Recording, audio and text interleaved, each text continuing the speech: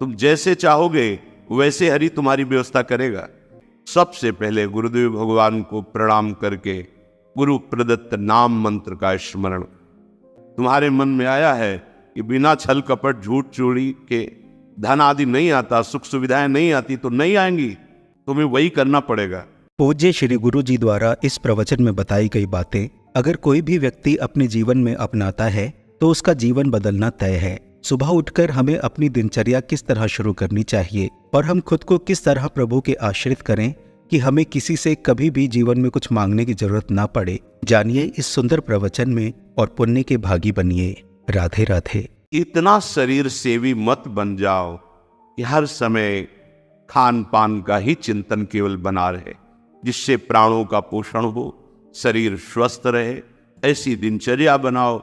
प्रातः उठे, सबसे पहले गुरुदेव भगवान को प्रणाम करके गुरु प्रदत्त नाम मंत्र का स्मरण, फिर वृंदावन भूमि को प्रणाम करें, चाहे जहां हो, क्योंकि हमारा प्रेम धर्म धाम में विराजमान प्रिया प्रीतम के चरणार विंद का सेवा सुख है। बिना स्नान किए खाना पीना या स्नान करके सीधे केवल भोजन अर्पित करने की बात ही नहीं मन में आई। बहुत ध्यान देने योग्य, ये कचाई दूर हो जाएगी। अगर बिना प्रभु को अर्पित किए हुए पा रहे हो तो तुम कैसे वैष्णव हो, कैसे शरणागत हो? वही तुम्हारे को बंधन में बांध देगा, अर्थात तुम्हारी बुद्धि में वही स्फुरणा होगी जो मायाकृत भोगों में आकर्षण पैदा करके तुम्हारे हृदय में तृष्णा कामना की आग लगा देगी। अगर भगवद अर्पित प्रसाद है तो इन वासनाओं को नष्ट करता है। बिना भगवद अर्पित किए हुए जो भी पाया जाता है वो पाप पाया जाता है, ऐसा संतों ने कहा है, ऐसा भगवान ने भी गीता जी में कहा है। कितना समय लगता है, बहुत सहज बात है। आपको बहुत जल्दी है तो जो पदार्थ आपके हाथ में आया है पाने के लिए, आपके सामने है, एक क्षण शांत होइए, स्मरण कीजिए आराध्य देव का, भावना कीजिए कि हमारे हृदय में भी विराजमान। और जय हो राधा वल्लभ लाल की जय हो। प्रभु पाइए और बस पा लिए, हो गया। बहुत जल्दी है तो आप कहीं ऐसी जगह जहां छवि नहीं विराजमान, ठाकुर पास नहीं, ये उपाय कीजिए। अगर घर में है, बहुत जल्दी है, तो आप दृष्टि भोग लगा दीजिए।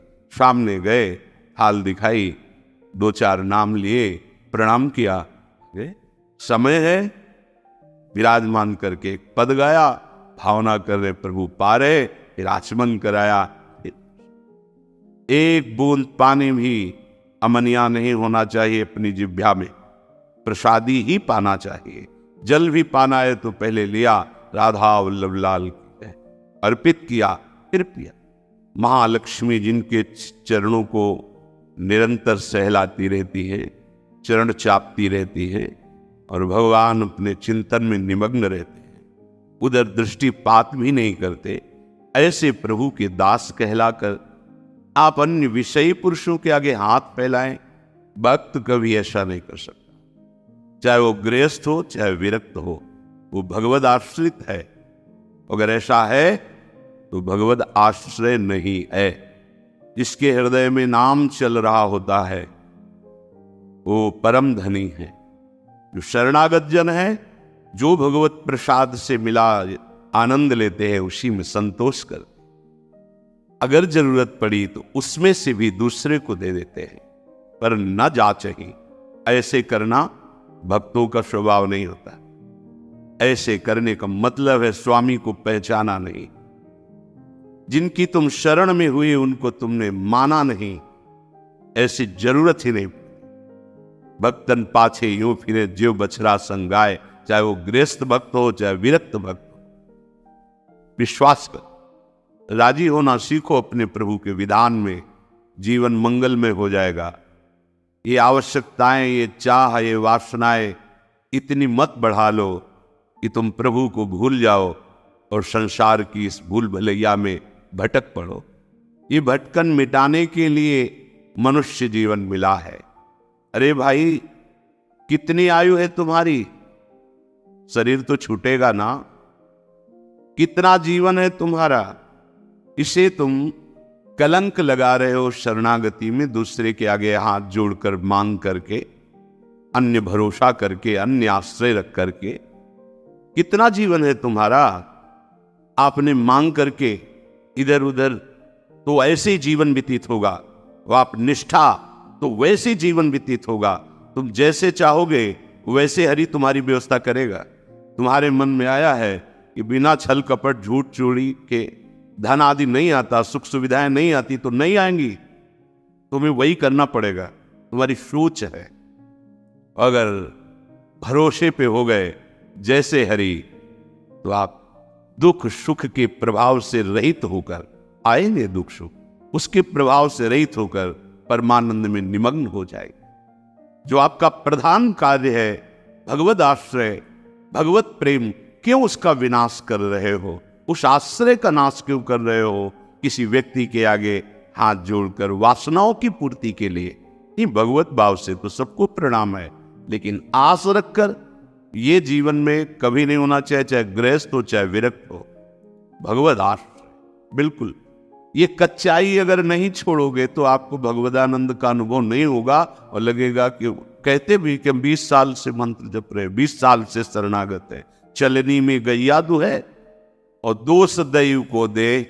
बोले बहुत चारा लगाते हैं, बड़े बड़े धनवी हैं, खूब दूध है उसमें, पर पीने को एक बूंद नहीं मिलता और हम दूहते भी हैं। तो किसमें दूह रहे हो? क्योंकि चलनी में गैया दू है।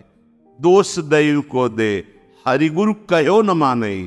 ये तुम्हारी कच्चाई तुम्हें परमानंद से विमुख कर देगी। साधन करते हुए भी ये असाधन वृत्तियां भगवदानंद का अनुभव नहीं होने देती।